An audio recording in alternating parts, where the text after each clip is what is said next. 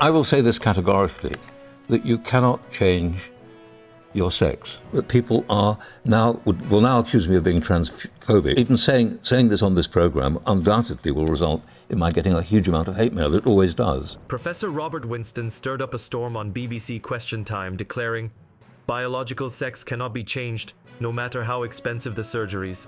Well, we both know it's scientifically true, but sadly, in Britain, voicing such truths can make you vanish from the public eye.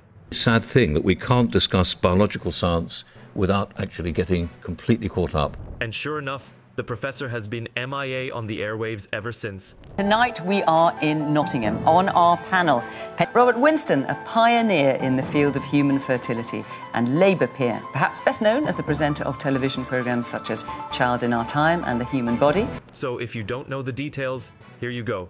Robert Winston, a renowned British scientist, sat on the panel of BBC Question Time and dropped a statement that sent shockwaves through the room and beyond. He looked straight ahead and said, "You cannot change your sex." A simple sentence, but one that immediately sparked an intense reaction. I will say this categorically, that you cannot change your sex. Your sex actually is there in every single cell in the body. You have a chromosomal sex, you have genetic sex, you have hormonal sex, you have all sorts of different kinds of psychological, brain sex, they're all different. He didn't just say it, he backed it up with science. He explained that every single cell in the human body carries a chromosomal sex, XX for females, XY for males, and no amount of surgery, hormone treatment, or social identification can change that. To him, biological sex is hardwired from birth, and that's just a scientific fact. And we are very confused about this, unfortunately, and regrettably, it's got into this argument that people will now accuse me of being transphobic. This wasn't just an offhand comment. This was a highly respected scientist, a member of the House of Lords, a TV presenter, and a professor of genetics, making this claim on one of Britain's biggest political discussion shows. BBC Question Time is not some obscure debate forum. It's mainstream television, watched by millions. The fact that he said this on such a massive platform made it impossible to ignore. Well, obviously there are trans people who say you absolutely can do that. And then, just like that, the room got tense. You could feel it.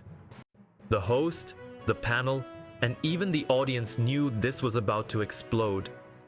The clip of Winston's statement spread like wildfire across social media. Within hours, Twitter, Facebook, and news websites were flooded with heated reactions.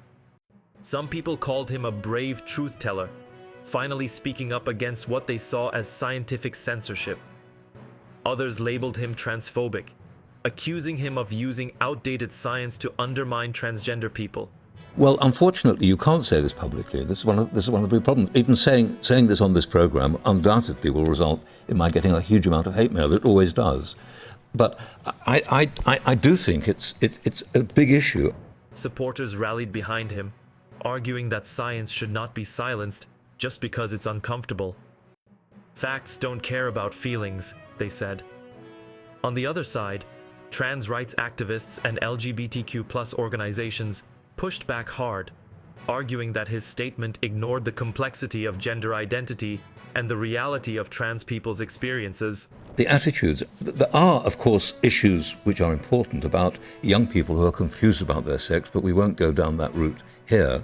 But it does affect a whole lot of issues in schools and elsewhere. Winston wasn't surprised. He saw this coming from a mile away. In fact, on the show itself, he predicted the backlash, saying, "I know I'll get hate mail for this. I always do." He knew the reaction would be brutal, and he was right. Mainstream media didn't waste time reacting either. Some outlets covered the controversy cautiously, reporting both sides without taking a clear stance. Others actively distanced themselves from his views, making it clear that they did not endorse what he said. In our society, of course we should accept people as they are. Overall, I think it's a very sad thing. And just like that, the conversation shifted from what Winston actually said to whether he should have said it at all. And honestly, Robert Winston had been a fixture in British media for decades. His face was recognizable, his voice authoritative, and his expertise in genetics and human biology made him a trusted figure in scientific discussions. For years, he had appeared on television, hosting documentaries, debating policy in the House of Lords, and giving interviews on mainstream networks. Your sex actually is there in every single cell in the body. Then, after one appearance on BBC Question Time, he seemed to vanish. His name faded from major media discussions, his presence on television dwindled, and invitations to prominent debates or expert panels seemed to stop. A man who had once been a go-to source for scientific insight was now nowhere to be found in the mainstream discourse. I think it's a very sad thing that we can't discuss biological science without actually getting completely caught up. There was no official statement, no grand announcement that he was stepping away from public life, yet the shift was undeniable. His past appearances had covered everything from fertility treatments to medical ethics, yet after the controversy, there was a silence. Networks that had regularly featured him did not invite him back to discuss the fallout. Even on topics that had nothing to do with gender identity, his voice was absent. The pattern was clear. His presence in mainstream media had been drastically reduced. Well, as I say, there are people who would vehemently disagree with you, so I'm just going to make that clear. The reasons for this disappearance remain a matter of speculation. One possibility is that he was quietly sidelined by media networks that had no interest in revisiting a debate they knew would ignite further controversy.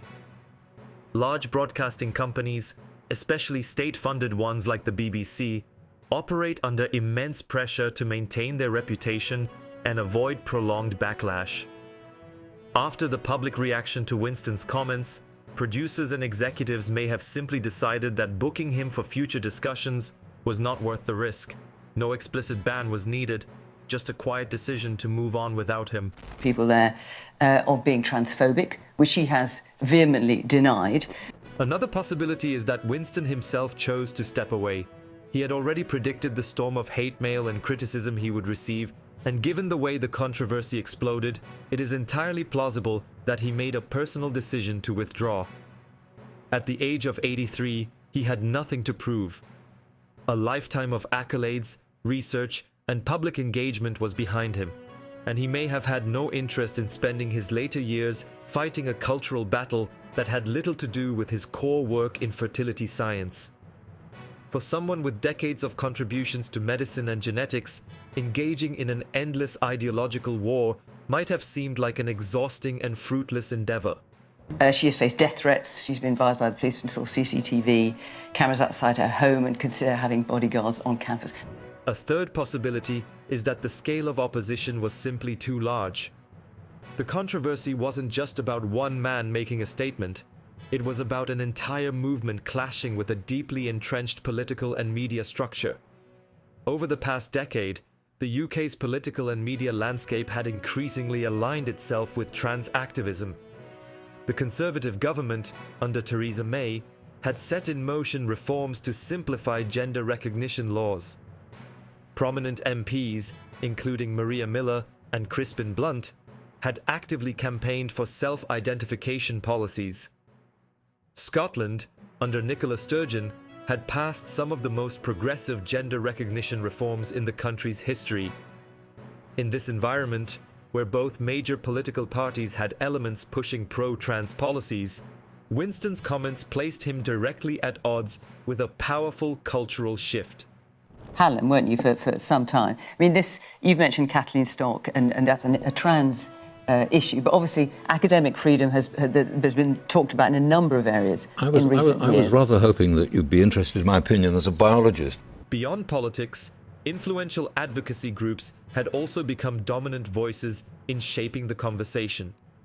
Stonewall, the UK's largest LGBTQ+ rights organisation, had fully embraced transgender advocacy by 2015, expanding its mission beyond sexual orientation to include gender identity. The group had worked closely with public institutions, advising government bodies, schools, and businesses on trans inclusivity. Mermaids, a charity focused on supporting transgender youth, had grown in influence, receiving high-profile government funding and backing from celebrities and major corporations. When figures like Winston made statements that challenged fundamental tenets of trans activism, they weren't just debating individuals, they were going up against well-organized, well-funded institutions with widespread media support.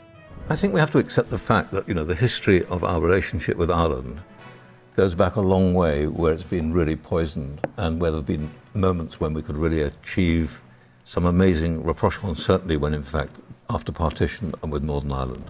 In this landscape, a scientist stating a biological fact was no longer just engaging in a scientific discussion. Whether he intended it or not, Winston had stepped into a deeply ideological battlefield. The debate over gender identity had moved far beyond biology.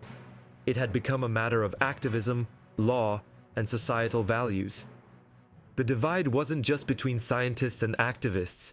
It was a collision of entire institutions, from media networks to government departments, all shaping the direction of the conversation.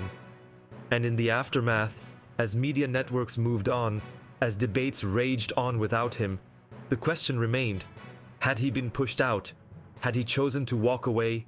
Or had the sheer weight of opposition simply made it impossible for him to remain in the public eye? The answer wasn't clear, but what was certain was that the debate was far from over. So now, if you want to stay updated on how influence can silence logic, hit that subscribe button and don't forget to like the video.